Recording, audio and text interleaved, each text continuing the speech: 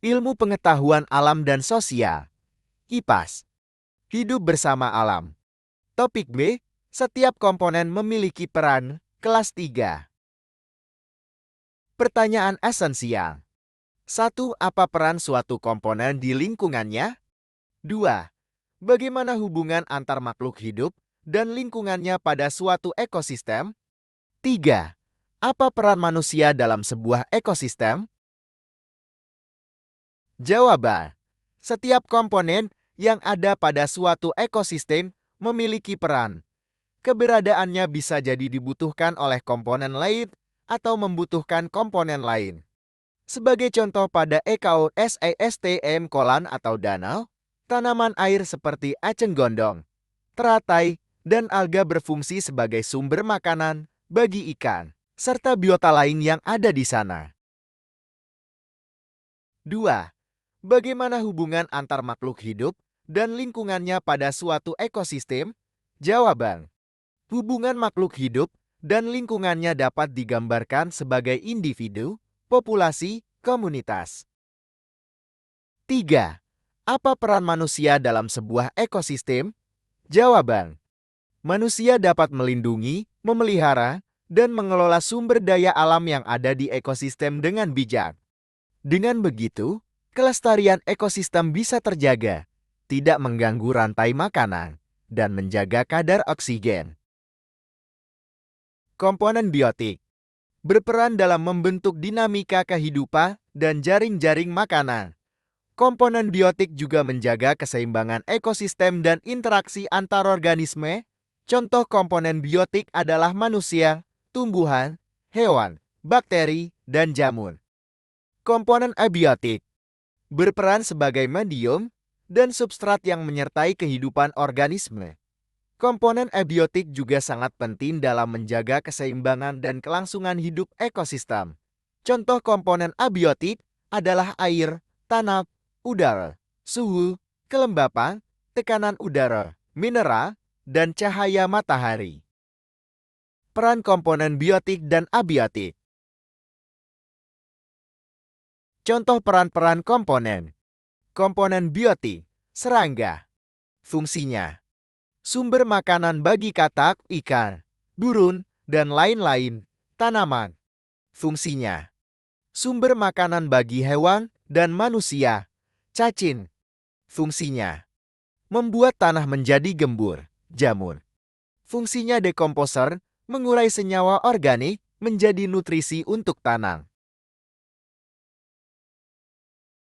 Contoh peran-peran komponen. Komponen abiotik. Cahaya fungsinya sebagai sumber energi bagi tumbuhan berfotosintesis. Suhu fungsinya makhluk hidup bergantung dengan suhu agar bertahan hidup. Udara fungsinya setiap makhluk hidup membutuhkan oksigen untuk bernafas. Air fungsinya. Setiap makhluk hidup membutuhkan air sebagai sumber kehidupan. Komponen biotik. Cacing tanah membutuhkan udara untuk bernafas, butuh makanan untuk mendapatkan tenaga, butuh tanah untuk tempat tinggal. Cacing tanah dibutuhkan oleh tanah untuk membuatnya menjadi gembur, burung untuk makanannya. Komponen abiotik. Air dibutuhkan oleh tanaman, rumput, ikan, kodok. Jika tidak ada air, tanaman tidak bisa tumbuh. Hewan tidak bisa minum. Manusia dan ekosistem. Aktivitas manusia bisa menambah atau mengurangi komponen di sebuah ekosistem seperti menebang pohon, menanam pohon. Manusia juga bisa membuat ekosistem tiruan. Akuarium dibuat mirip seperti ekosistem bawah laut. Kolam ikan dibuat menyerupai ekosistem danau. Mari merefleksikan. 1. Apa aktivitas manusia yang bisa menambahkan komponen dalam ekosistem? Berkebun, memiliki peliharaan, membangun, dan lain sebagainya. 2. Apa aktivitas manusia yang bisa mengurangi atau menghilangkan komponen dalam ekosistem? Pembakaran hutan, membuat lahan perkebunan, pembangunan. 3.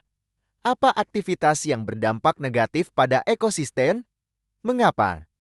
Penebangan hutan liar, perburuan liar, membuang sampah sembarangan, mencabuti tumbuhan untuk iseng, membakar hutan, dan sebagainya. Untuk membakar hutan, selain akan mengurangi populasi tumbuhan, ajak peserta didik melihat dampaknya terhadap komponen abiotik, yaitu udara. Asap kebakaran membuat polusi udara dan akan mengganggu makhluk hidup yang ada di sekitar hutan. 4. Apa peran manusia dalam sebuah ekosistem?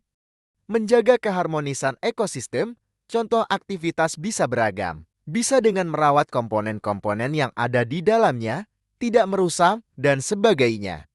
5. Bagaimana cara kamu untuk menjaga keberlangsungan makhluk hidup dalam suatu ekosistem?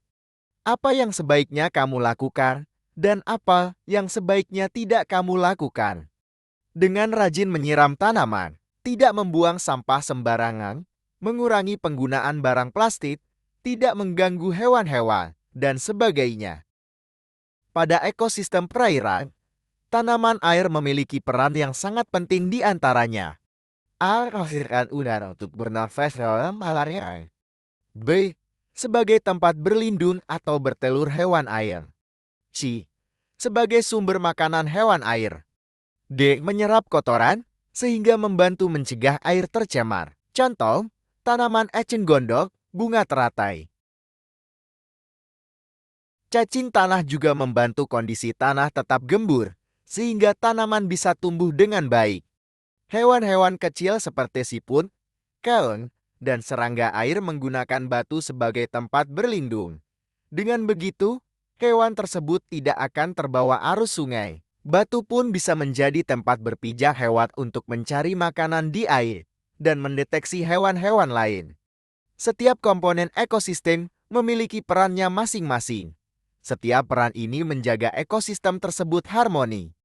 Terima kasih.